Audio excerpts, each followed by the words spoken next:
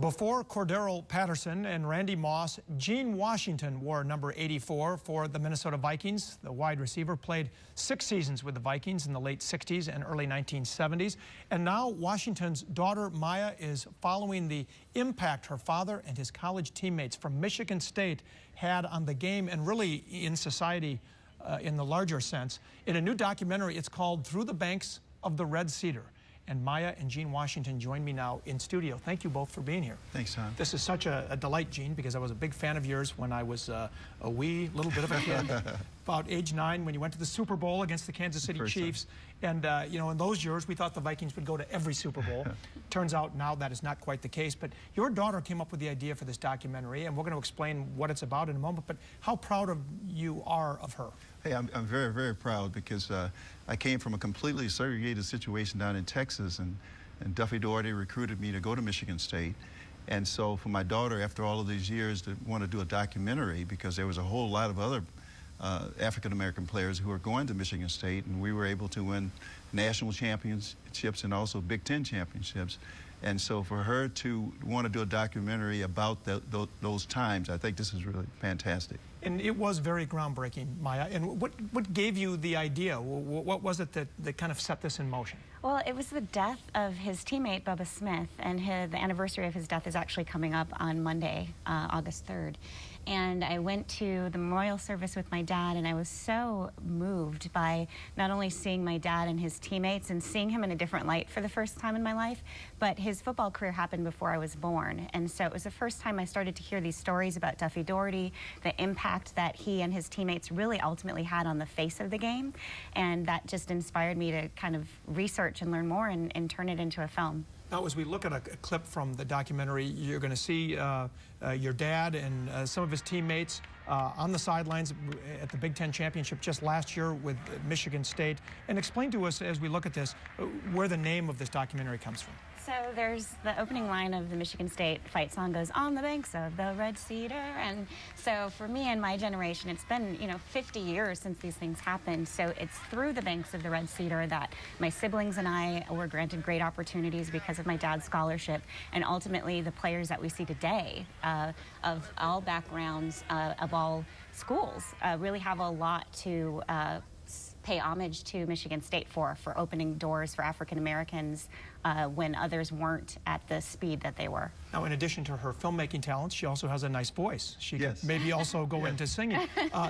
When you look back in your career, Gene, and when you were going to college, again, you came from a very segregated area in Texas, and then all of a sudden to have Michigan State recruiting all of these black football players at a time when that just wasn't done. How big of a groundbreaking event was that? Well, that was huge because for me, coming out of a completely segregated situation, then going to Michigan State and it's all integrated, quite a change in especially sports, and the education part was a big change also. And I was very fortunate coming out of high school. I had great teachers, and I was able to go to Michigan State, and I was able to complete my education and my graduate work also at Michigan State. So it was a wonderful opportunity, and led by Duffy Daugherty, and also the administration, the president of the university, Dr. Hanner at the time, was very, very supportive, and Biggie Munn was our athletic director. So I had a lot of support at Michigan State, and I had a lot of great teammates also. At the time when you were a very young man,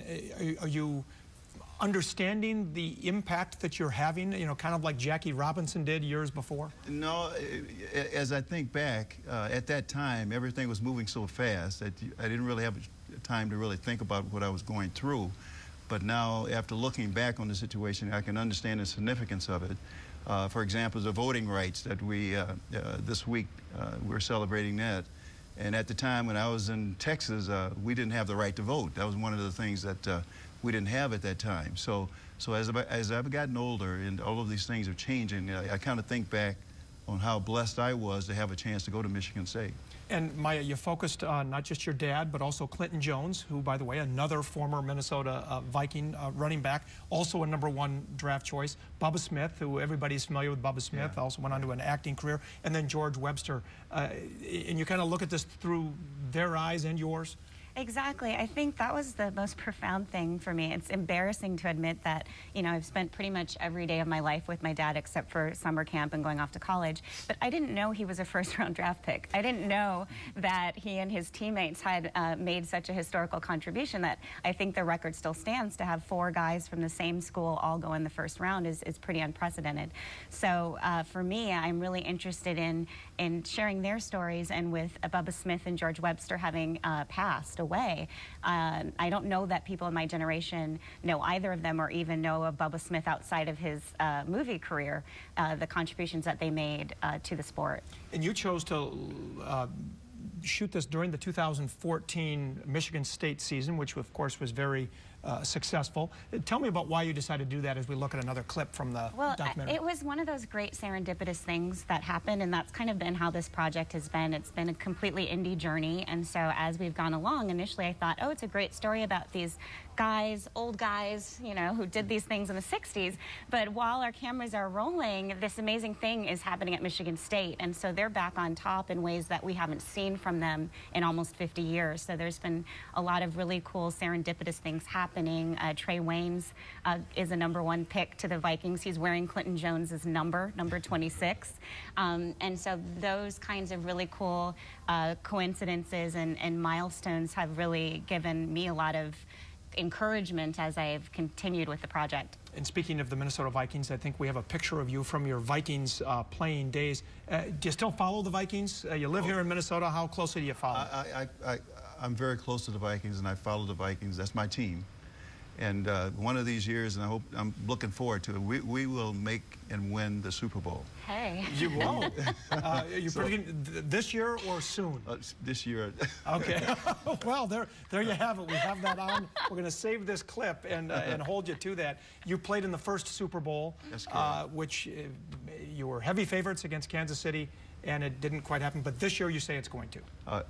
I'm hopeful, but I think it will. Okay. All right. I'm pushing. The documentary is called Through the Banks of the Red Cedar, right? It is going to be where can people find it? Real quick. Right now, people can go online through thebanksoftheredcedar.com. We're still raising finishing funds, but we hope to have it out 2016. All right, Maya and Gene, thank you both for being here. This has been a delightful interview, and good luck to you. You can learn more about the documentary and some of the events to raise money for it on our links page at KSTP.com. We will be back in 2 minutes, and go Vikings.